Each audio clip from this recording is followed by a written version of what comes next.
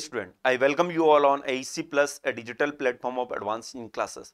तो दोस्तों, जैसा कि आप लोगों को पता है कि एक बहुत ही अच्छी अपॉर्चुनिटी आई है आप लोगों के लिए। काफ़ी अच्छी लेवल की एग्जाम शेड्यूल हुई है, MPPSC ने शेड्यूल किया है। प्रिंसिपल ग्रेड 1 एंड 2, साथ में असिस्टेंट डायरेक्टर की इसमें कुछ पोस्ट हैं, लगभग 200 प्लस पोस्ट हैं टोटल अगर हम देखें तो, और इसमें सभी ब्रांच के स्टूडेंट एलिजिबल है। और मे भी जो लोग देख रहे हैं मुझे, आप लोगों ने फॉर्म भी फिल किया होगा और प्रिपरेशन भी डेफिनेटली आप लोगों ने स्टार्ट कर दी होगी। अब देखिए, इसकी कंप्लीट प्रिपरेशन के लिए हमारी जो टीम है एडवांस इंजीनियरिंग क्लासेस की एक बेहतरीन बैच लेकर आई है। बैच का नाम जो है वो है लक्ष्य बैच। ये लक्ष्य बैच आप एक्सेस कर सकते हो हमारी एप्लीकेशन को डाउनलोड करके। एप्लीकेशन का नाम ध्यान रखें, AEC प्लस आपको प्ले स्टोर पर मिल जाएगी। इस AEC प्लस एप्लीकेशन को आप डाउनलोड करेंगे, वहां पर आप देखेंगे लक्ष्य बैच। ये लक्ष्य बैच जो है specially design for principal grade 1 and 2 और असिस्टेंट डायरेक्टर की जो एग्जाम शेड्यूल हुई है उसके लिए। इस बैच के अंदर पूरा कंप्लीट सिलेबस आपको देखने को मिलेगा। इस बैच के अंदर आपको क्या क्या मिलेगा इसकी अगर मैं बात करूं तो देखिए, जनरल इंजीनियरिंग आपको पढ़ना होगा। अब जनरल इंजीनियरिंग में आपको बेसिक मैकेनिकल इंजीनियरिंग पढ़ना होगा, सिविल इंजीनियरिंग पढ़ना होगा, इलेक्ट्रिकल पढ़ना होगा, इलेक्ट्रॉनिक्स इंजीनियरिंग पढ़ना होगा। तो ये सभी ब्रांच का कंटेंट आपको यहाँ पर पढ़ना होगा। जो भी सिलेबस के अंदर मेंशन किया है वो सब कुछ यहाँ पर इस बैच के अंदर आपको देखने को मिलेगा।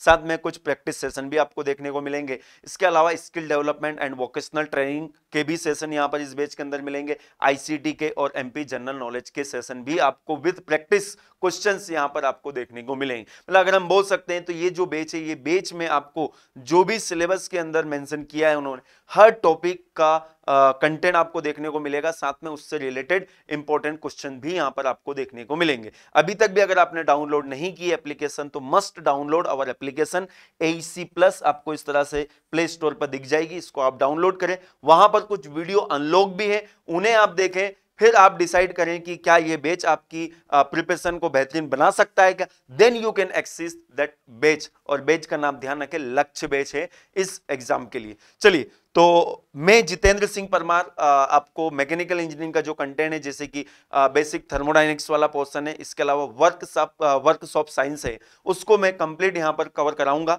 और हमने स्टार्ट किया है बेसिक थर्मोडायनेमिक्स, और इससे पहले 2 लेक्चर हो चुके हैं। आई होप आप लोगों ने वो लेक्चर्स देखे होंगे, और नहीं देखे तो जाकर जरूर देखें। आज का जो सेशन है इसमें हम उन्हीं लेक्चर को आगे बढ़ाते हुए पढ़ेंगे एनर्जी और एनर्जी इंटरेक्शन के बारे में। इससे पहले वाला जो सेशन था उसमें हमने क्या पढ़ा था उसको जल्दी से हम थोड़ा सा रिवाइज कर लेते हैं। आई होप आप लोगों को, देखिए मेरा एम है आपको थर्मोडायनेमिक्स सिखाना नहीं, ठीक है। थर्मोडायनेमिक्स कंप्लीटली अगर आपको पढ़ना है तो उसका टाइम लगभग लगता है 100 आवर्स के आसपास। उसका फुल कोर्स हमारी एप्लीकेशन पर अवेलेबल है, आप चाहे तो उसको पढ़ सकते हो। बट मेरा एम जो है यहाँ पर यह है कि जो भी सिलेबस में मेंशन किए गए टॉपिक्स है उनसे जो भी क्वेश्चन आ सकते हैं, बन सकते हैं, उनसे रिलेटेड मैं सारे कॉन्सेप्ट को आपको याद करा दूं इसी क्लास के अंदर। ये मेरा एम है, ताकि आप एग्जाम को आसानी से निकाल पाए। ओके, तो देखिए, अगर मैं बात करूं कि जो हमने लास्ट सेशन पढ़ा था उसमें हमने थर्मोडायनामिक इक्विलिब्रियम के बारे में पढ़ा था। तो उसके बारे में मैंने आपको बताया था कि body must be in thermal equilibrium, face equilibrium, mechanical equilibrium and chemical equilibrium. ये 4 इक्विलिब्रियम में अगर कोई बॉडी है तो हम क्या बोलेंगे कि body is in thermodynamic equilibrium. इसके बाद में हमने यहां पर प्रोसेस के बारे में पढ़ा था, क्वासी स्टैटिक प्रोसेस, जो कि बहुत ही स्लो होती है, रिवर्सिबल प्रोसेस। अगर हम डायरेक्शन उस प्रोसेस का रिवर्स कर दें तो वो वापस उसी पाथ को फॉलो करते हुए without leaving any effect on system and surrounding अगर रिटर्न हो जाती है तो उस प्रोसेस को हम क्या बोलते हैं, रिवर्सिबल प्रोसेस। आपको मैंने बताया था कि आपको एग्जांपल याद रखना है किसके, रिवर्सिबल और इरिवर्सिबल प्रोसेस के। तो एग्जाम पॉइंट ऑफ व्यू से अगर मैं बात करूं तो सबसे इंपॉर्टेंट है इरिवर्सिबल प्रोसेस के एग्जांपल। तो इरिवर्सिबल प्रोसेस के एग्जांपल आप लोगों को याद हो ही गए होंगे। वैसे अगर नहीं हुए हैं तो आप ध्यान रखें, फ्री एक्सपांसन ये काफी ज्यादा पूछा जाता है एग्जाम में। फ्री एक्सपांसन जो है ये इरिवर्सिबल प्रोसेस है। इसके अलावा थ्रॉटलिंग, ये अगर अभी तक याद नहीं हुए तो ये 2 एग्जांपल आप ध्यान रखें। फ्री एक्सपांसन और थ्रॉटलिंग जो है थर्मोडायनामिक पॉइंट ऑफ व्यू से मैं बात कर रहा हूं, यही पूछे जाते हैं सबसे ज्यादा एग्जाम में। तो ये जो प्रोसेस होती है ये दोनों इरिवर्सिबल प्रोसेस होती है। इसके बाद में हमने एक बहुत ही अच्छा कॉन्सेप्ट पढ़ा था, that is concept of zeroth law of thermodynamics. Zeroth law of thermodynamics, तो देखिए जीरोथ लॉ ऑफ थर्मोडायनामिक्स किसके बारे में बताता है, आपको ये चीज ध्यान रखना है। ये बताता है टेम्परेचर मेजरमेंट के बारे में बताता है। किसके बारे में बताता है, क्वेश्चन में यही पूछा जाएगा आपसे कि जीरोथ लॉ ऑफ थर्मोडायनामिक्स किसके बारे में बताता है, टेम्परेचर मेजरमेंट के बारे में बताता है। इसको जीरो क्यों बोला गया है? क्योंकि ये एक बेसिक लॉ है। क्यों बोला गया है? Because it is a basic law. Heat transfer जो होता है वो टेम्परेचर डिफरेंस की वजह से ही होता है। और पूरा जो थर्मोडायनेमिक्स में हम पढ़ते ही क्या है? Heat transfer, heat interaction, energy का इंटरेक्शन, वही तो बात हुई। तो इसीलिए इसको हमने बोल दिया क्या? Zeroth law of thermodynamics. और थर्मोमीटर का कॉन्सेप्ट जो है वो भी जीरोथ लॉ ऑफ थर्मोडायनेमिक्स से ही पता चलता है। थर्मोमीटर का जो कॉन्सेप्ट है वो भी हमें जीरोथ लॉ ऑफ थर्मोडायनेमिक्स से पता चलता है। ये आप ध्यान रखें। थर्मोमीटर अगर पूछा जाता है कि थर्मोमीटर की वर्किंग जो होती है इट इज बेस्ड ऑन, तो आपको आंसर करना है जीरोथ लॉ ऑफ थर्मोडायनेमिक्स। इसके बाद में टेम्परेचर मेजरमेंट, टेम्परेचर स्केल के बारे में मैंने बताया था। आपको क्या ध्यान रखना है यहां पर एक बार और मैं आपको बता देता हूं। देखिए आप ध्यान रखिएगा क्या कि जो रैंकाइन स्केल है और केल्विन स्केल है, ये दोनों एब्सोल्यूट टेम्परेचर स्केल होती है। एब्सोल्यूट टेम्परेचर स्केल होती है। ओके। और बाकी की इसके अलावा जो भी स्केल है वो आर्बिटरी टेम्परेचर स्केल होती है। एब्सोल्यूट क्यों बोला गया है? Never be zero, never be zero, never be negative. Zero हो सकती है, नेवर बी नेगेटिव हम बोलेंगे यहां पर, नेवर बी नेगेटिव। मतलब आप कभी भी ये नहीं देखेंगे कि -20 केल्विन, -50 केल्विन। केल्विन और रैंकाइन कभी भी माइनस में नहीं होते। ओके। अब देखिए आपको वाटर का फ्रीजिंग पॉइंट, वाटर का बॉइलिंग पॉइंट अलग अलग टेम्परेचर स्केल में पता होना चाहिए, जो कि मैंने लास्ट क्लास में बताया था। कन्वर्जन के लिए एक इंपॉर्टेंट रिलेशन मैंने बताया था, उसको भी आपको साथ में ध्यान रखना है। कुछ इंपॉर्टेंट टेम्परेचर मैं आपको बता देता हूं। जैसे कि अगर मैं बात करूं वाटर का फ्रीजिंग पॉइंट 0 डिग्री सेल्सियस होता है। ये 0 डिग्री सेल्सियस अगर मैं फ़ारेनहाइट स्केल की बात करूं तो ये फ़ारेनहाइट स्केल में कितना होता है? ये होता है फ्रीजिंग पॉइंट की मैं बात कर रहा हूं, ये होता है 32 डिग्री फ़ारेनहाइट होता है, ये ध्यान रखें। और यही टेम्परेचर अगर हम केल्विन में देखें तो केल्विन में होता है 273.15 केल्विन। ओके। तो आप याद रखें 273 भी आप याद रखेंगे तो काम हो जाएगा। इसके अलावा वहीं पे अगर मैं बात करूं जो बॉइलिंग पॉइंट होता है वाटर का, और ये ध्यान रखें ये बॉइलिंग पॉइंट, फ्रीजिंग पॉइंट जो मैं बोल रहा हूं ना, ये एटमॉस्फेरिक प्रेशर पे होता है।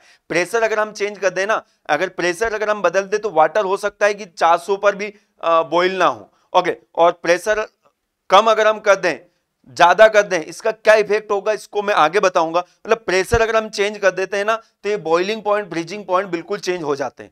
ये जो है ये ध्यान रखें ये एटमॉस्फेरिक प्रेशर पर होते हैं। ओके। 0 डिग्री सेल्सियस फ़ारेनहाइट में अगर मैं बात करूं तो 212 डिग्री फ़ारेनहाइट होता है। और केल्विन में तो इसमें सीधा सीधा हम जोड़ देंगे 373.15 केल्विन होता है। ये आप ध्यान रखें एटलीस्ट। इसके अलावा मैंने आपको एक और इंपॉर्टेंट टेम्परेचर बताया था लास्ट क्लास में, जिसे हम बोलते हैं ट्रिपल पॉइंट ऑफ वाटर। ये काफी ज्यादा पूछा जाता है। Triple point of water. तो ट्रिपल पॉइंट किससे बोलते हैं? डेफिनेशन तो आप याद रख सकते हो तो बहुत अच्छी बात है। जहां पर तीनों फेस, लिक्विड, सॉलिड और वेपर, तीनों फेस एग्जिस्ट करते हैं, उसे हम बोलते हैं ट्रिपल पॉइंट। बट वाटर का जो ट्रिपल पॉइंट टेम्परेचर होता है, इसे ध्यान रखें, 0.01 केल्विन, 01 डिग्री सेल्सियस होता है। और केल्विन में अगर हम देखें तो ये बन जाएगा 273.16 केल्विन। देखिए 273.15 केल्विन जो होता है वो 0 डिग्री सेल्सियस के बराबर होता है। इसमें 0.01 जोड़ देंगे तो 16 बन जाएगा। और 1 केल्विन क्या होता है? ये डेफिनेशन काफी टाइम्स पूछी गई है। 1 केल्विन होता है 1/273.16 of triple point of water. ये डेटा आप ध्यान रखें। ओके। और ये ट्रिपल पॉइंट हो गया। एक और टेम्परेचर पूछा था क्रिटिकल टेम्परेचर। ये क्रिटिकल टेम्परेचर जो होता है जहां पर liquid and vapour are indistinguishable. Okay. तो ये क्रिटिकल पॉइंट टेम्परेचर की अगर मैं बात करूं तो ये आप रफली डेटा याद रखें 373.9 डिग्री सेल्सियस में होता है। मतलब देखिए ये केल्विन में है, ये डिग्री सेल्सियस में।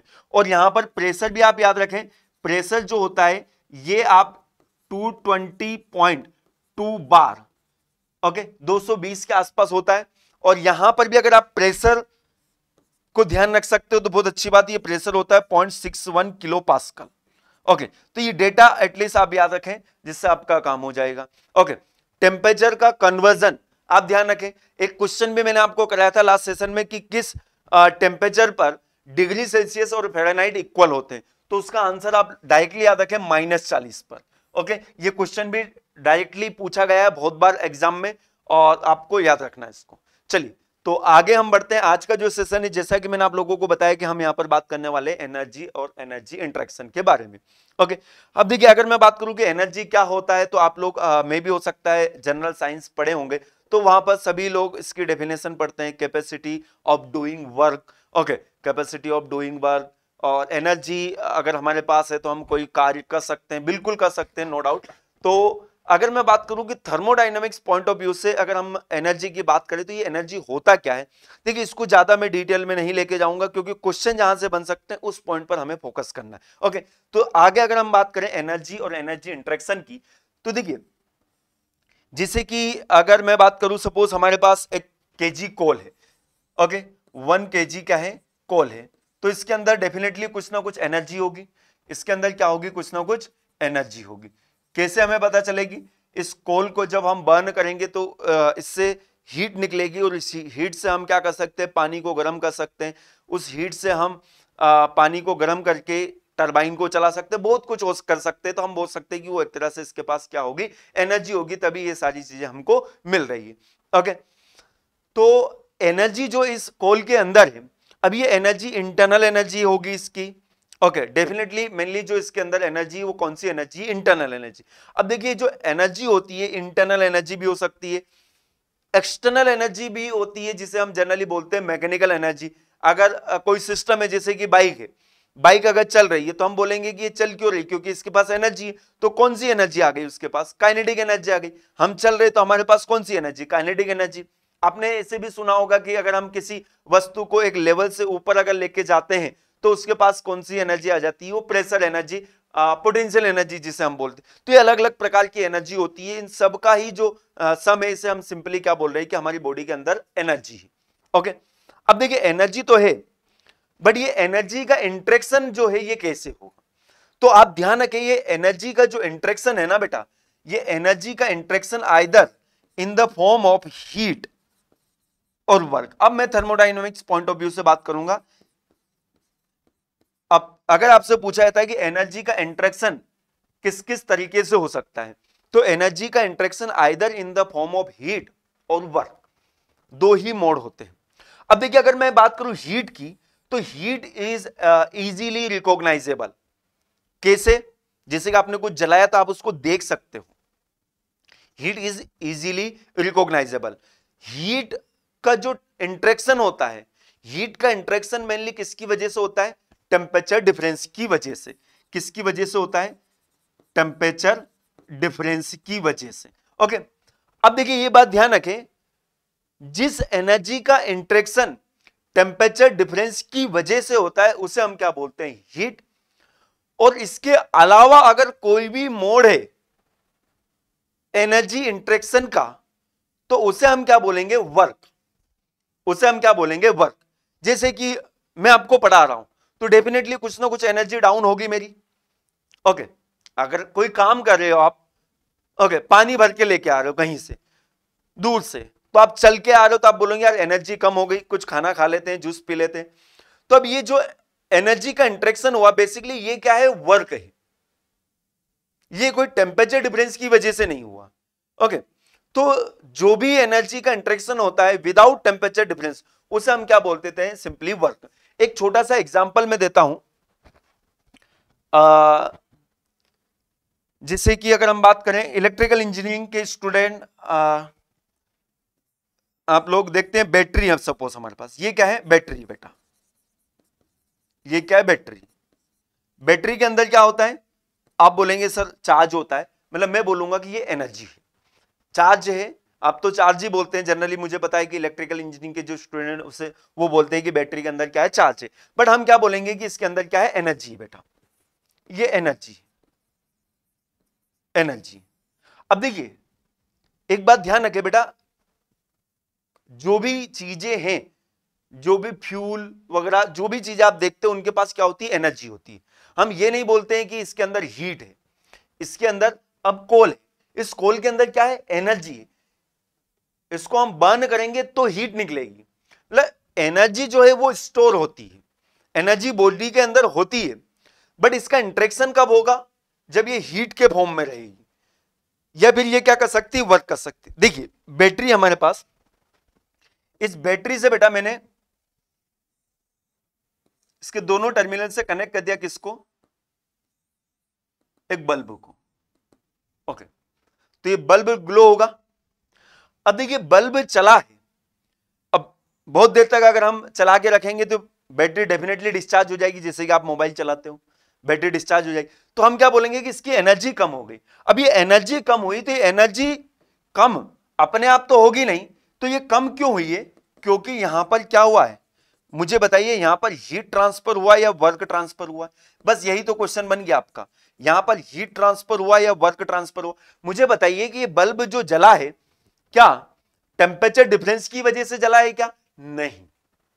तो यहां पर बेसिकली ये सिस्टम, इसको अगर हमने बैटरी को सिस्टम मान लिया, तो यहां पर क्या हुआ बेटा, वर्क ट्रांसफर हुआ है, work done by this system, battery ने वर्क किया तब ये जला।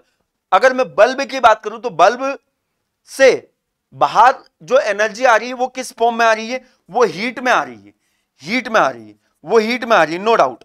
बट इस बैटरी ने जो एनर्जी दी है वो किस फॉर्म में दी है, वर्क के फॉर्म में दी। ओके, तो बैटरी ने वर्क के फॉर्म में दी है, बल्ब से ये किस फॉर्म में आ रही है, हीट के फॉर्म में। तो अगर पूछा जाए कि अगर बैटरी हमारा सिस्टम है तो यहां पर क्या हुआ है, वर्क डन हुआ। अब देखिए इसी तरह से बहुत सारी प्रोसेस होती है थर्मोडायनेमिक्स में। तो वर्क को तो जनरली हम कैसे समझते हैं, जैसे कि अगर मैं बात करूं कि सपोज मेरे पास आप मैकेनिक्स भी पढ़ेंगे, और सपोज मेरे पास एक बॉडी है, एक ब्लॉक है, इसका मास है m। ओके, इसका मास है m, और इसको मैंने क्या किया, एक फोर्स लगा के, F लगाकर, एक फोर्स लगाकर इसको खींचा, और ये ब्लॉक यहां पर आ गया। ओके, और यहां पर इसने कितना डिस्टेंस ट्रेवल किया, सपोज d डिस्टेंस ट्रेवल किया। तो अगर हम पूछे कि कितना वर्क डन हुआ, तो आप बोलेंगे सर वर्क डन जो होगा, वर्क डन जो होता है, it is force into displacement. Okay, हम तो वर्क डन को सिंपल भाषा में इस तरह से समझते हैं, फोर्स इनटू डिस्प्लेसमेंट। ओके, इस बॉडी के ऊपर हमने फोर्स लगाया, इसका अगर डिस्प्लेसमेंट हुआ तो हम क्या बोलेंगे कि हमने वर्क किया। अब ये बात ध्यान रखें, आपने फोर्स लगा रहे हो और फिर भी अगर डिस्प्लेस नहीं हो रही, इसका मतलब कोई वर्क नहीं हुआ है। वर्क कब दिखाई देगा, सपोज ये मैंने इसकी बाउंड्री को क्लोज किया। एक बहुत ही अच्छा क्वेश्चन आप सीख जाओगे यहां से, ये सिस्टम है, वर्क हमें कब दिखाई देगा, जब बाउंड्री को ट्रांसफर करेगा। बाउंड्री फिनोमिना होता है वर्क, हीट भी बाउंड्री फिनोमिना होता है। एक क्वेश्चन यहां से बनता है कि हीट एंड वर्क जो होता है, इसका इंटरेक्शन बाउंड्री के थ्रू होता है। ओके, तो ये बाउंड्री फिनोमिना होगा। अगर हमने इसको धक्का दिया, जिससे कि अगर ये रूम पे एक है, मैं यहां पर कुछ भी कर रहा हूं, तो कोई बाहर से बता सकता है कि ये कोई काम कर रहे हैं, नहीं ना। उनको जब दिखाई देगा तब वो बोलेंगे कि हाँ इन्होंने कुछ काम किया है। ओके, तो आप फॉर टाइमिंग आप ध्यान रखें बेटा, हीट एंड वर्क जो है क्या होता है, एनर्जी इंटरेक्शन के मोड होते हैं। ओके, अब इसके लिए मैं कुछ इंपॉर्टेंट पॉइंट मेंशन कर रहा हूं जिनको आपको बिल्कुल अच्छे से याद रखना है। ओके, थर्मोडायनेमिक्स में जो क्वेश्चन बनते, जो मैं आगे टॉपिक बताने वाला हूं, इससे सबसे ज्यादा बनते क्या, देखिए मैं सीधा सीधा यहां पर मेंशन कर देता हूं, IMP points related to heat and work. Okay, मे भी हो सकता है कुछ पॉइंट आपको समझ में ना आए, बट वो उसको मैं आपको एक्सप्लेन कर दूंगा आगे। जैसे कि अगर मैं बात करूं, सबसे पहला पॉइंट आपको ध्यान रखना है यहां पर क्या बेटा, जैसे कि वो बाउंड्री फिनोमेना तो आपको पता चल गया, heat and work, heat and work is boundary phenomena. Okay, heat and work is boundary phenomena, ये ध्यान रखें। अब देखिए हम बोलते हैं ना इस बॉडी के अंदर एनर्जी। आपने कभी भी ये सेंटेंस नहीं सुना होगा कि इस बॉडी के अंदर वर्क है, इस बॉडी के अंदर हीट है। मतलब हीट एंड वर्क जो होता है ना, ये एनर्जी इन ट्रांजिएंट फॉर्म इसे बोलते हैं। Okay, it never be store, it never be store. Okay, तो heat and work are energy in transient form. Okay, it is not a point function। जैसे कि प्रॉपर्टी अपन ने देखा था ना बेटा, प्रॉपर्टी टेम्परेचर, प्रेशर, वॉल्यूम, ये पॉइंट फंक्शन होती है, ये पॉइंट फंक्शन नहीं होते। Okay, they are inexact differential. अब देखिए इन एग्जैक्ट डिफरेंशियल, आप ध्यान रखें सीधा सीधा। देखिए क्या होता है, जैसे कि अगर मैं बात करूं कि ये जो हीट एंड वर्क होते हैं ना, ये पाथ पर डिपेंड करते हैं, तो उससे आपको समझ में आ जाएगा कि इनएग्जैक्ट डिफरेंशिएबल कैसे हुए। उसको मैं एक्सप्लेन करता हूं, इसको आप नोट कर लें। दे डिपेंड्स ऑन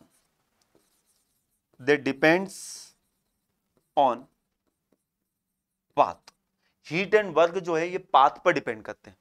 अब देखिए इसको समझने के लिए, ये पॉइंट पर मैं वापस आऊंगा। हम सबसे पहले बात करते हैं sign convention. Okay, sign convention.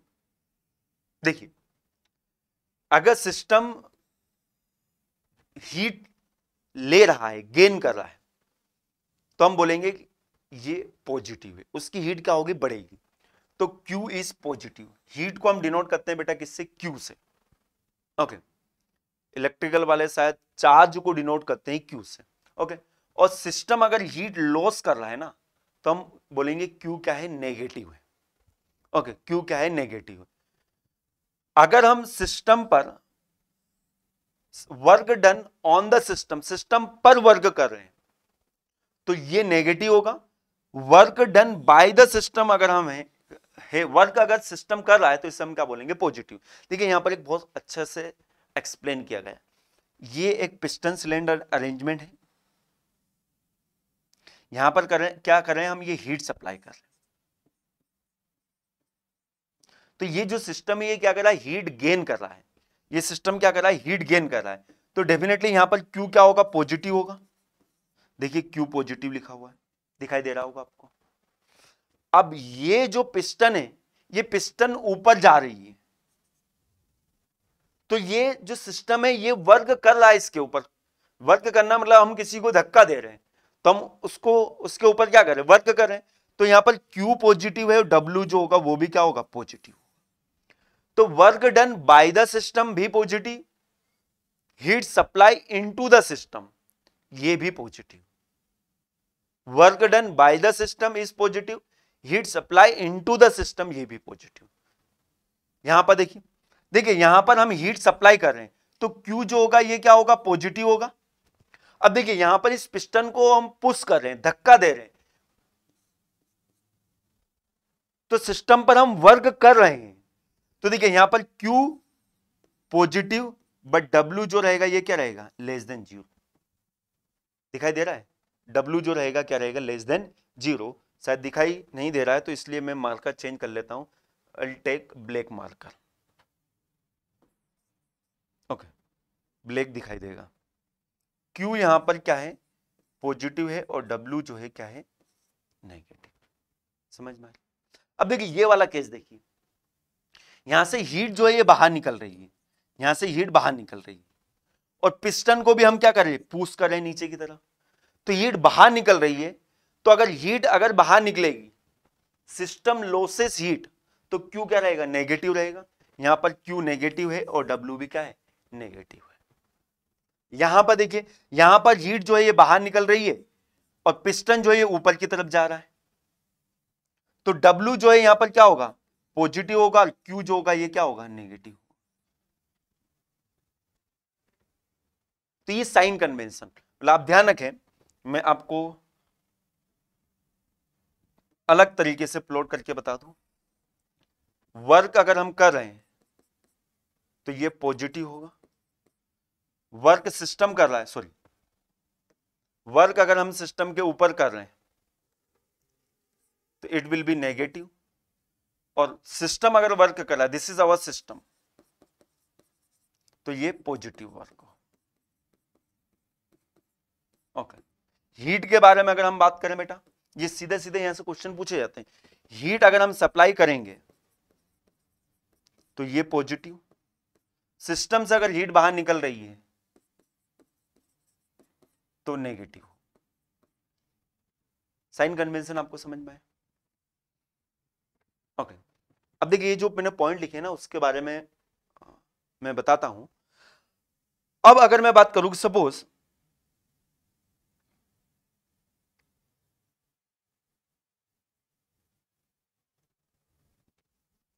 Work की हम बात करें, वर्क का मतलब क्या होता है? लेट अस टेक एक पिस्टन सिलेंडर अरेंजमेंट। ओके, इस सिलेंडर के अंदर कुछ केसेस हैं और ये जो है ये इस पिस्टन के ऊपर क्या कर रही है, फोर्स लगा रही है। ओके, ये पिस्टन का जो क्रॉस सेक्शन एरिया है ए है, ये पिस्टन थोड़ी देर बाद यहां पर आ गया, तो ये पिस्टन का जो डिस्प्लेसमेंट हुआ, let us take it will be X. तो वर्क क्या होता है, फोर्स इनटू डिस्प्लेसमेंट, ये हम बचपन से पढ़ते हुए आ रहे। अब देखिए यहां पर आने वाला जो फोर्स है एफ, ये फोर्स क्या होगा, वैसे तो गैसेस जो है ये प्रेशर लगाएगी ना, तो ये प्रेशर है, तो ये प्रेशर और एरिया अगर हमें पता है तो आपको एक बेसिक सा फॉर्मूला पता होना चाहिए, प्रेशर इज इक्वल टू क्या होता है, फोर्स अपॉन एरिया। सिविल और मैकेनिकल वालों को तो पता होगा, बट इलेक्ट्रिकल वाले ध्यान रखें, फोर्स पर यूनिट एरिया जो है क्या बन जाता है, प्रेशर। तो यहां से फोर्स की अगर मैं बात करूं बेटा, तो फोर्स कितना हो जाएगा, प्रेशर इंटू एरिया। तो इस पिस्टन के ऊपर आने वाला फोर्स कितना होगा, प्रेशर इंटू एरिया, और वर्क डन कितना होगा, डिस्प्लेसमेंट हम मान लेते हैं एक्स, डिस्प्लेसमेंट हम मान लेते हैं कितना, एक्स।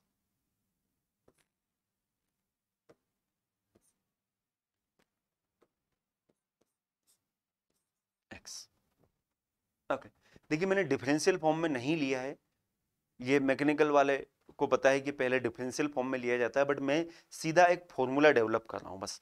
तो देखिए यहां पर अगर मैं बात करूं तो वर्क जो है ये क्या बन जाएगा, वर्क। अच्छा, डिफरेंशियल फॉर्म में भी अगर हम लेते हैं तो इसको हम डी एक्स मान लेते हैं, डी एक्स, क्योंकि प्रेशर जो है कंटिन्यूसली तो कांस्टेंट रहेगा नहीं, बट थोड़े से डिस्प्लेसमेंट के लिए हम बोल सकते हैं कि प्रेशर क्या रहेगा, कांस्टेंट रहेगा। तो यहां से हमारे पास क्या जाएगा, pressure into area into length क्या होता है, वॉल्यूम होता है ना, तो ये वॉल्यूम में परिवर्तन हुआ, तो इससे हम बोलेंगे डीवी।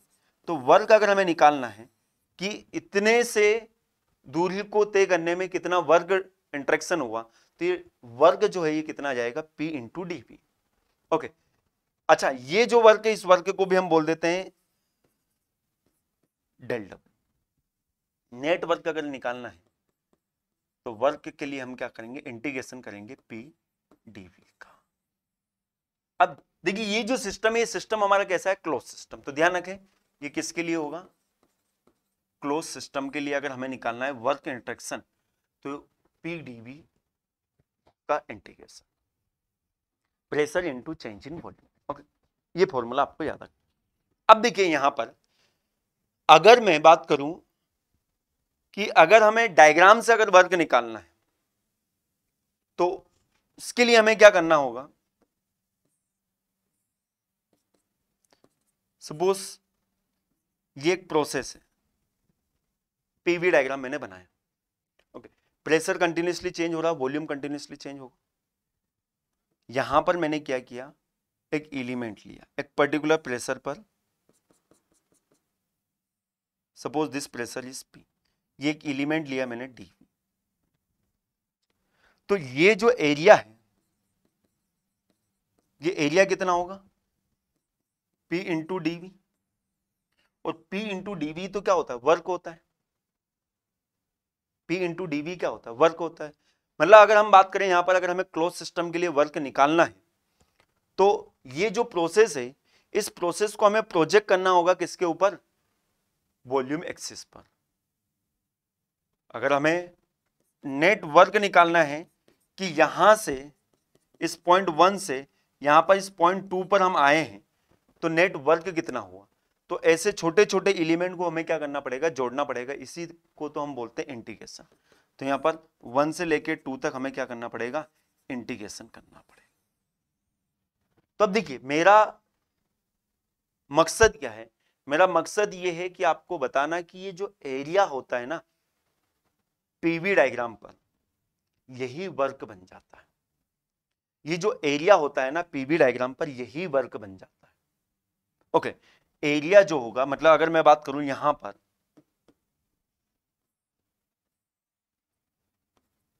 सपोज आप यहां पर थे, ये पीवी डायग्राम, आप यहां पर थे, यहां से यहां आए, तो आपको निकालना है कि कितना वर्क इंटरेक्शन। तो ये जो टोटल एरिया होगा ना, this area will be the work. इतना वर्क आपको करना पड़ेगा यहां से यहां आने। अब देखिए अगर मैं बात करूं बेटा, आप इस पॉइंट 1 से 2 पर आने के लिए इस पाथ को फॉलो करें। अगर आपने पाथ को बदल दिया, आप आए कैसे, आप आए ऐसे, तो अब अगर मैं आपसे पूछूं कि आपको कितना वर्क करना पड़ेगा, तो आप बोलेंगे सर ये जो एरिया होगा पूरा। तो मुझे ये बताइए 1 से 2 आप इस पाथ के थ्रू आए, पहले वाले पाथ के थ्रू, और 1 से 2 आप इस दूसरे पाथ से, इसको 1 ए पाथ बोल देता हूं, इसको बी पाथ बोल देता हूं।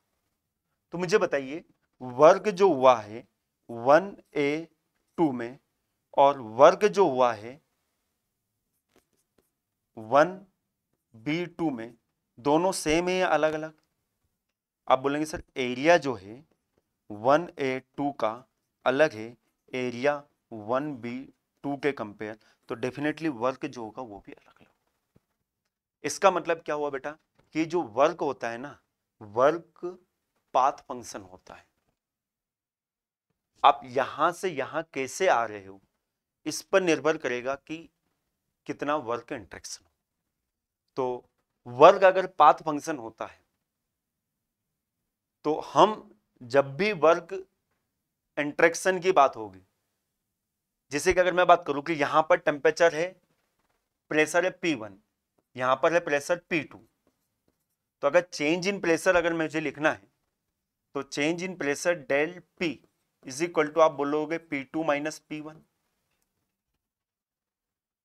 मतलब ये जो है ये क्या कहलाता है, exact differential.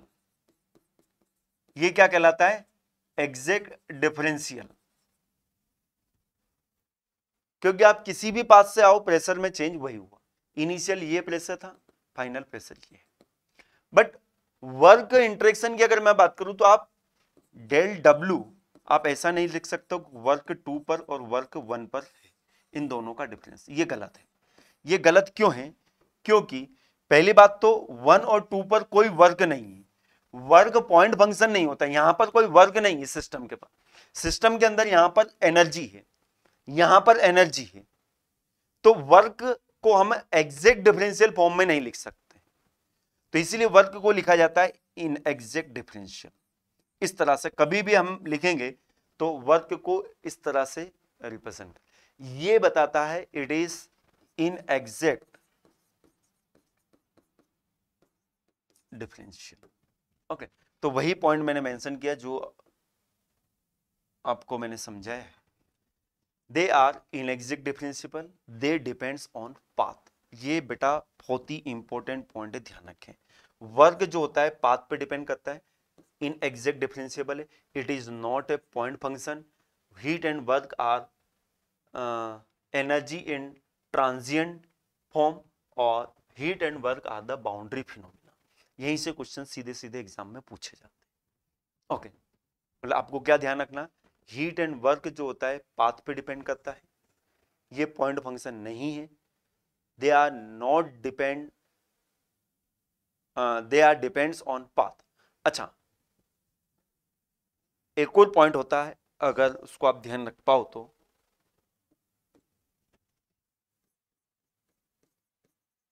They depends on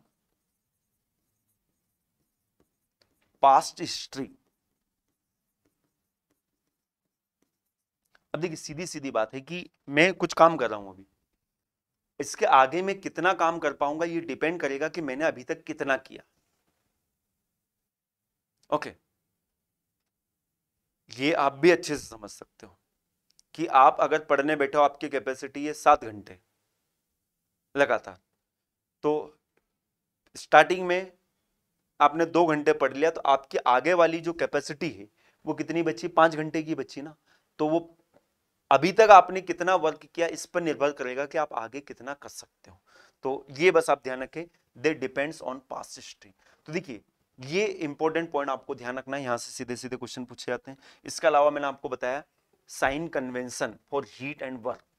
heat अगर हम सिस्टम को देंगे तो पॉजिटिव, हीट अगर बाहर निकलेगी तो नेगेटिव, वर्क अगर सिस्टम के ऊपर करेंगे तो negative, work done by the system is taken as positive. Okay, अब देखिए अलग अलग प्रोसेस में हम वर्क इंटरेक्शन की बात करेंगे कि कितना वर्क इंटरेक्शन होता है। अब अलग अलग प्रोसेस में मुख्यतः 5 तरह की प्रोसेस हम यहां पर पढ़ते हैं थर्मोडायनेमिक्स के अंदर। देखिए कौन कौन सी प्रोसेस है, ये आपने नाम सुना होगा और आपको ये याद रखना है कि इन प्रोसेस का मतलब क्या है। देखिए सबसे पहला आता है आइसोथर्मल प्रोसेस। बेटा आइसोथर्मल, थर्मो मतलब क्या होता है, हीट, आइसोथर्मल, और हीट जो है वो टेम्परेचर डिफरेंस की वजह से फ्लो होती है। तो ऐसी प्रोसेस जिसमें टेम्परेचर क्या होता है, कांस्टेंट होता है थ्रू आउट द प्रोसेस। बिल्कुल दिमाग में घुसा लीजिए, ऐसी प्रोसेस जिसमें टेम्परेचर कांस्टेंट होता है। फॉर एग्जाम्पल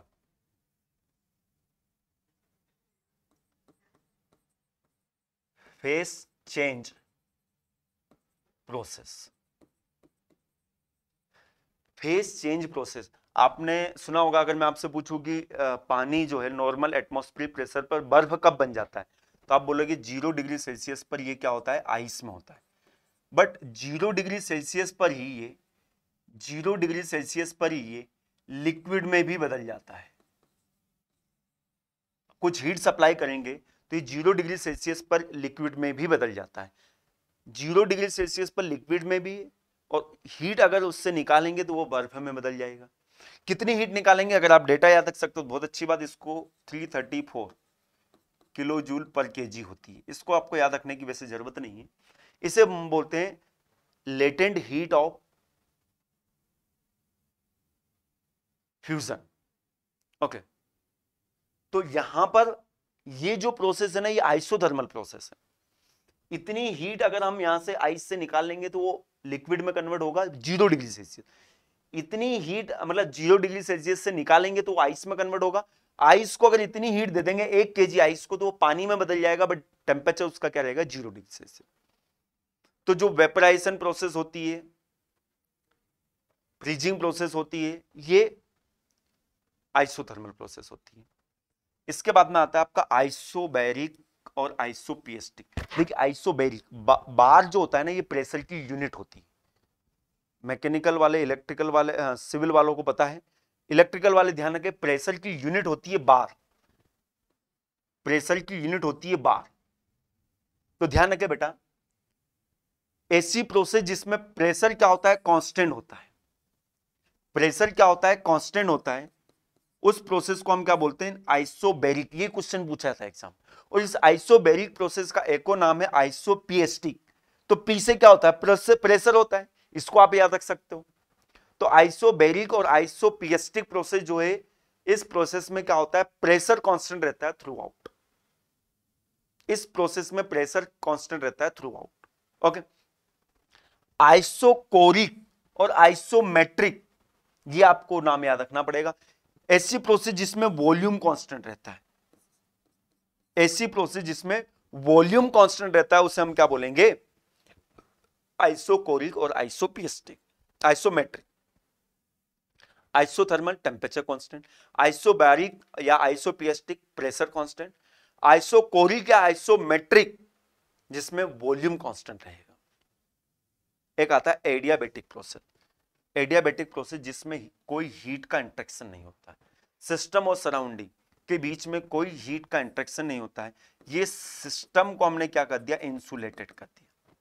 तो यहां पर जो भी प्रोसेस होगी, अब देखिए इस सिस्टम के अंदर का प्रेशर बढ़ सकता है, कम हो सकता है, टेम्परेचर बढ़ सकता है, टेम्परेचर कम हो सकता है, कुछ भी हो सकता है इसके अंदर,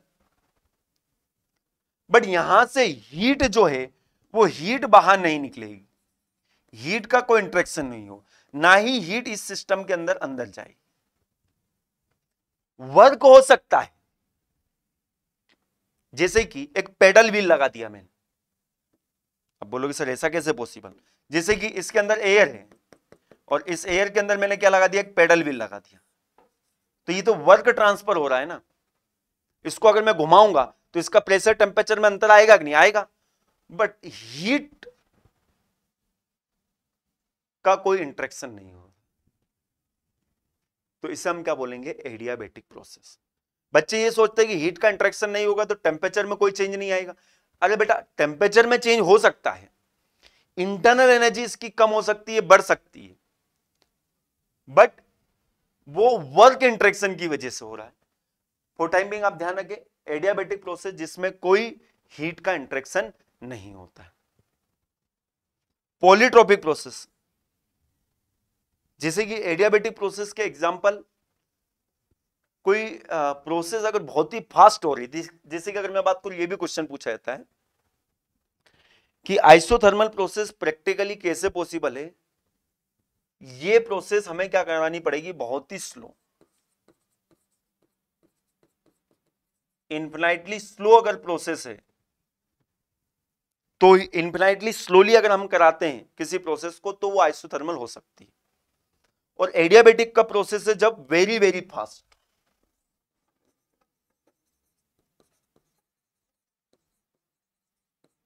क्योंकि हीट इंटरेक्शन के लिए टाइम की जरूरत होती है। किसी नोजल से फ्लो हो रहा है बहुत ही फास्ट, टरबाइन से फ्लो हो रहा है बहुत ही फास्ट,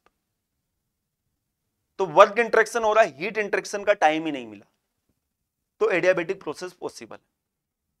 पॉलीट्रोपिक प्रोसेस अगर मैं बात करूं तो पॉलीट्रोपिक प्रोसेस जनरली अगर हम बात करें ना, तो ये कॉन्सेप्ट, जब ये सारे कॉन्सेप्ट जो है ना, केवल एडियाबेटिक और आइसोथर्मल ये थ्योरेटिकल है, एक्चुअल में जितनी भी प्रोसेस होती है वो पॉलीट्रोपिक ही होती है।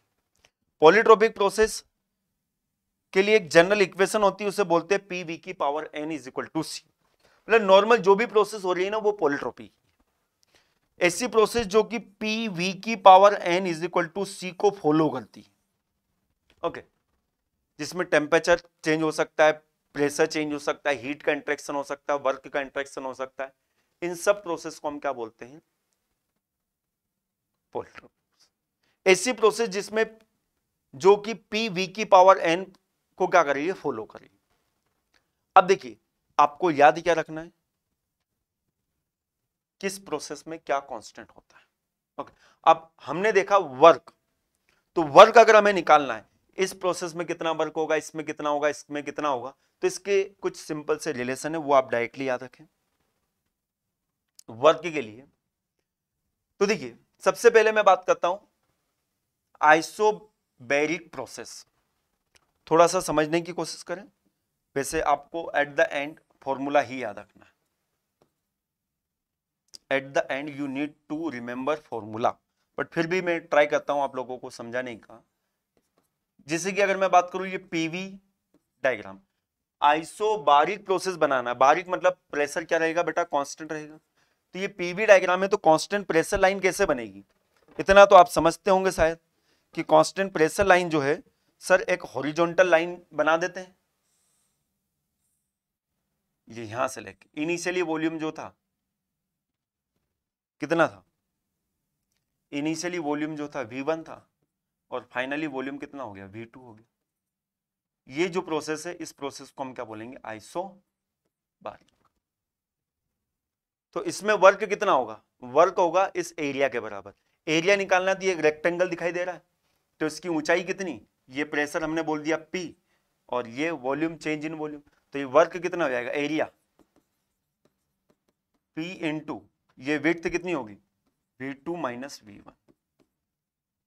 तो देखिए यही फॉर्मूला है, P into V2 minus V1। Okay, ये सारे जो वर्क है ना, आप ध्यान रखिए क्लोज सिस्टम के लिए। सिस्टम हमारा कैसा होना चाहिए, close system, system must be close system. Okay, इसी तरह से अगर मैं बात करूं आइसोकोरिक प्रोसेस, अच्छा आइसोकोरिक प्रोसेस कैसे बनेगी, जिसमें क्या है, वॉल्यूम कांस्टेंट है बेटा,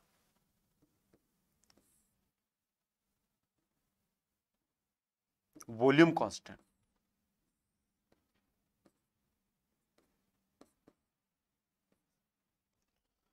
वॉल्यूम कांस्टेंट मतलब 1 और 2 दोनों पॉइंट पर वॉल्यूम क्या रहेगा, सेम रहेगा, तो ऐसे वर्टिकल लाइन बनेगी, वर्टिकल लाइन बनी, ये 1 पॉइंट है, ये 2 पॉइंट है, प्रेशर तो बढ़ेगा। अब देखिए इस लाइन से कोई एरिया बन रहा है क्या, कोई एरिया नहीं बनेगा, एरिया तो तब बनेगा जब इसको अगर हम नीचे प्रोजेक्ट करेंगे तो कोई एरिया मिलेगा क्या, नहीं मिलेगा। तो इसलिए हमेशा ध्यान रखें आइसोकोरिक प्रोसेस में वर्क जो हमें मिलेगा कितना होगा, 0 0 0 0। यही तो क्वेश्चन पूछा है, the work interaction in A close system when the process is isochoric. Isochoric का एक नाम आइसोमेट्रिक, ये नाम आपको याद रखना है। ओके, तो इसमें वर्क कितना होगा, 0। अच्छा, आइसोथर्मल प्रोसेस में वर्क का जो फॉर्मूला होता है याद रखें, P1 V1 ln P1 upon P2 या P1 V1 ln V2 upon V1। यहां पर आप P1 V1 की जगह V2 अपॉन V1 भी लिख सकते हो। P initial pressure, V initial volume, P2 final pressure, V2 final volume. अच्छा, यहां पर आइसोथर्मल प्रोसेस के साथ में ये फॉर्मूला हम कब लगाते हैं, जब आइडियल गैस हो। जी ध्यान, तो फॉर टाइमिंग आप ध्यान रखें P1 V1 ln P1 upon P2। अच्छा, आइडियल गैस के लिए शायद आप लोगों ने पढ़ा होगा कभी, तो आइडियल गैस इक्वेशन होती PV is equal to mRT। तो यहां पर P1 V1 की जगह हम ऐसे भी लिख सकते हैं mRT1 ln P1 by P2, ऐसे भी हम लिख सकते हैं। ओके, अच्छा पॉलीट्रोपिक प्रोसेस अगर है, पॉलीट्रोपिक प्रोसेस अगर है तो यहां पर वर्क क्या बनेगा, P1 V1 minus P2 V2। क्या बनेगा बेटा, P1 V1 minus P2 V2 divided by n minus 1। Polytropic है, n जो होता है ये पॉलीट्रोपिक इंडेक्स होता है। पॉलीट्रोपिक प्रोसेस किसको बोलते हैं, PV की power n is equal to C, तो ये n यहां पर आ जाता है। अच्छा, ये फॉर्मूला आप चाहे नहीं भी याद रखेंगे तो काम हो जाएगा, ठीक है, ये वाला फॉर्मूला याद रखें।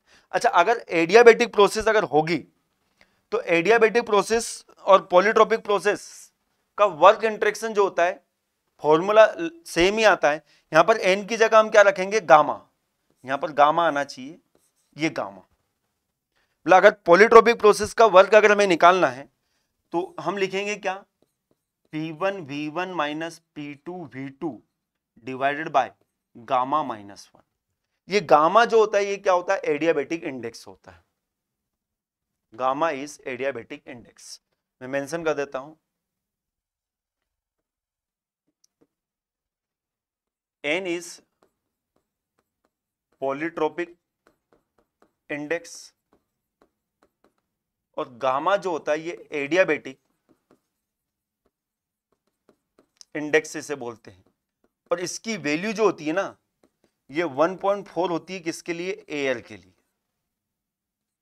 ये ध्यान रखें, इसकी वैल्यू कितनी होती है बेटा, 1.4 होती है एयर के लिए। ओके, तो वर्क हमारे पास आ जाएगा एडियाबेटिक प्रोसेस के लिए क्या, P1 V1 minus P2 V2 upon gamma minus. Okay, तो ये सारे वर्क के फॉर्मूले कब हम यूज करेंगे, जब सिस्टम हमारा कैसा होगा, क्लोज होगा। अब देखिए सिस्टम अगर ओपन है ओपन सिस्टम के लिए, तो आइसोबैरिक प्रोसेस, ओपन सिस्टम में वर्क इंटरेक्शन जो होता है ना बेटा, ये होता है W is equal to integration VdP होता है, ये ओपन सिस्टम के लिए। ये क्वेश्चन बहुत बार पूछा जाता है एग्जाम में। और W is equal to integration of PdV, ये किसके लिए होता है? क्लोज सिस्टम के लिए। ये ध्यान रखिए। ओके, क्लोज सिस्टम है, अगर वॉल्यूम कांस्टेंट है तो वर्क कितना हो जाएगा? 0 हो जाएगा। अब ओपन सिस्टम है, आइसोबैरिक प्रोसेस, वहां पर हमने देखा था आइसोकोरिक, समझ में आ रहा होगा आप लोगों को?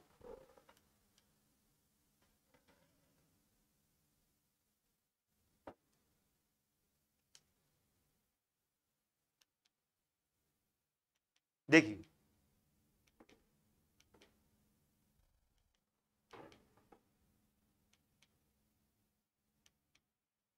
ये आइसोबैरिक में हमें वर्क मिल रहा था, बट आइसोकोरिक में वर्क 0 था वहां पर, यहां पर क्लोज सिस्टम में। ये क्लोज सिस्टम के लिए। अब ध्यान रखें, ओपन सिस्टम में, यही तो आपको ध्यान रखना है, ओपन सिस्टम में आइसोबैरिक प्रोसेस में वर्क 0 होगा, क्योंकि यहां पर प्रेशर कांस्टेंट, आइसोबैरिक मतलब प्रेशर कांस्टेंट, और आइसोकोरिक प्रोसेस की अगर मैं बात करूं तो यहां पर -VP2 -P1, देखिए माइनस साइन रहता है यहां पर। तो ये एक जनरल फॉर्मूला याद रखें ओपन सिस्टम के लिए और ये क्लोज सिस्टम के लिए। और बाकी आइसोथर्मल में वही वर्क रहेगा, और क्वेश्चन यही पूछा जाता है एग्जाम में, आपको तो यही ध्यान रखना है। Work done is same in close system and open system with process isothermal, यही तो आपको याद रखना है, यही तो क्वेश्चन पूछा जाता है exam. Work done is same in close system and open system with process isothermal, isothermal temperature constant, open system हो या क्लोज सिस्टम हो, वर्क क्या रहेगा? सेम रहेगा।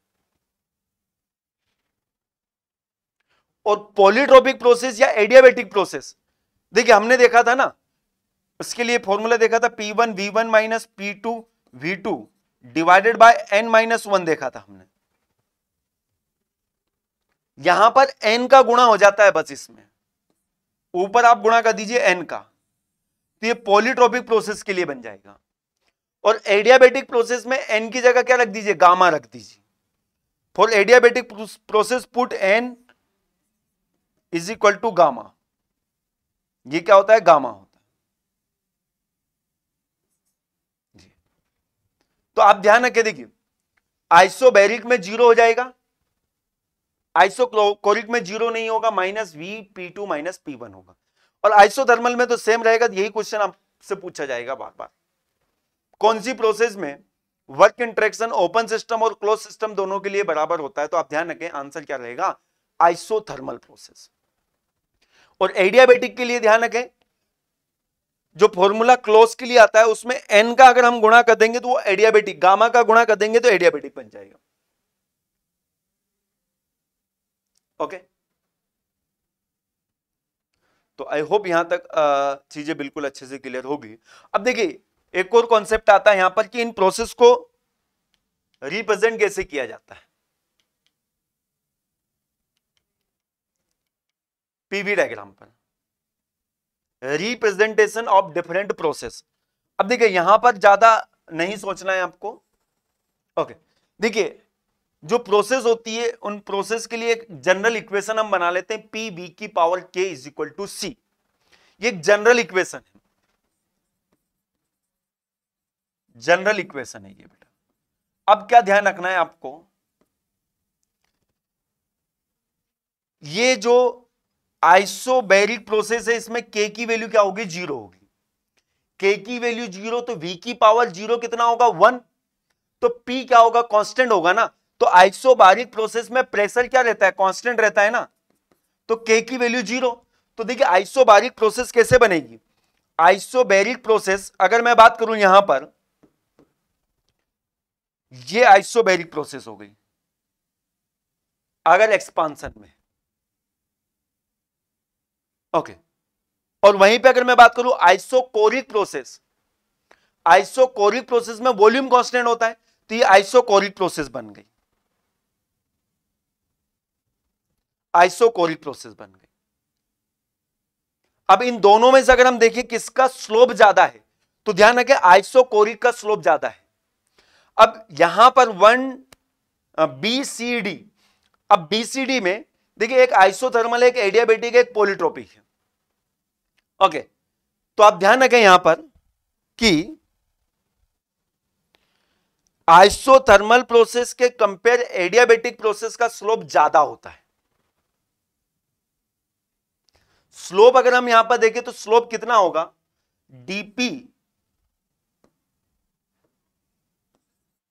dP/dV, इसे बोला जाता है स्लोप।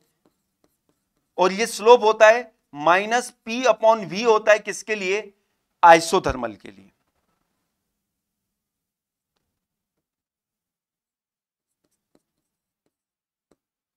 और dP/dV जो होगा एडियाबेटिक के लिए,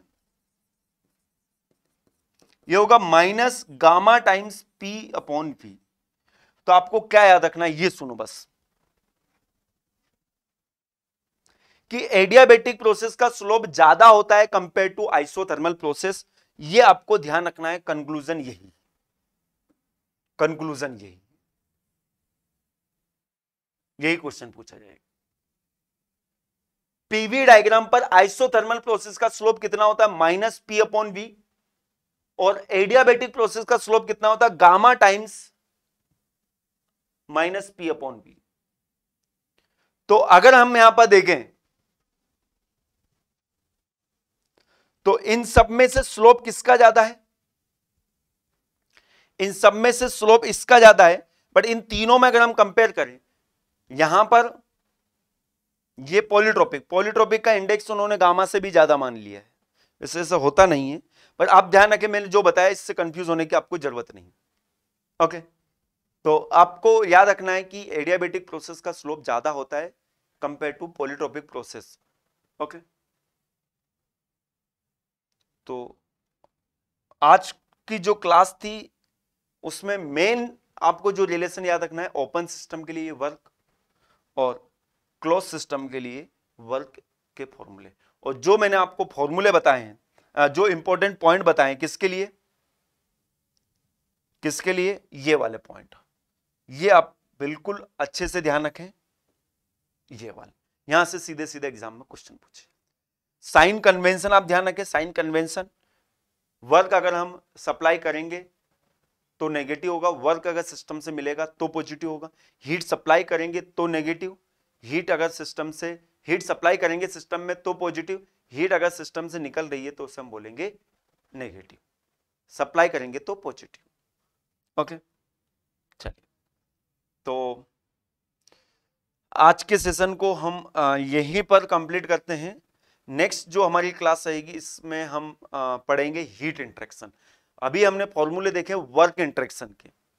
ओके, वर्क इंटरेक्शन अलग अलग प्रोसेस में, और आई होप कि आपको अगली क्लास तक ये सारी चीजें दिमाग में फिट बैठ जाएगी कि आइसोथर्मल क्या होता है, आइसोबारिक क्या होता है, आइसोकोरिक क्या होता है, एडियाबेटिक क्या होता है, ये आप नाम याद रखें। ओके, फिर अगली क्लास में हम पढ़ेंगे हीट इंटरेक्शन के बारे में, कि अलग अलग प्रोसेस में हीट, जैसे कि वर्क के फॉर्मूले आए वैसे ही हीट के भी फॉर्मूले आएंगे, फिर इन दोनों को हम कंबाइन कर देंगे तो बन जाएगा फर्स्ट लॉ ऑफ थर्मोडायनेमिक्स। तो फिर उसके अगले वाली क्लास में हम पढ़ेंगे first law of thermodynamics. Okay, चलिए, so thank you very much to join the session. Session की पीडीएफ के लिए must join our public Telegram group AEC plus app and YT discussion channel, यहां पर आपको इसकी पीडीएफ मिल जाएगी। Okay, so good bye, take care, मिलते हैं नेक्स्ट सेशन में।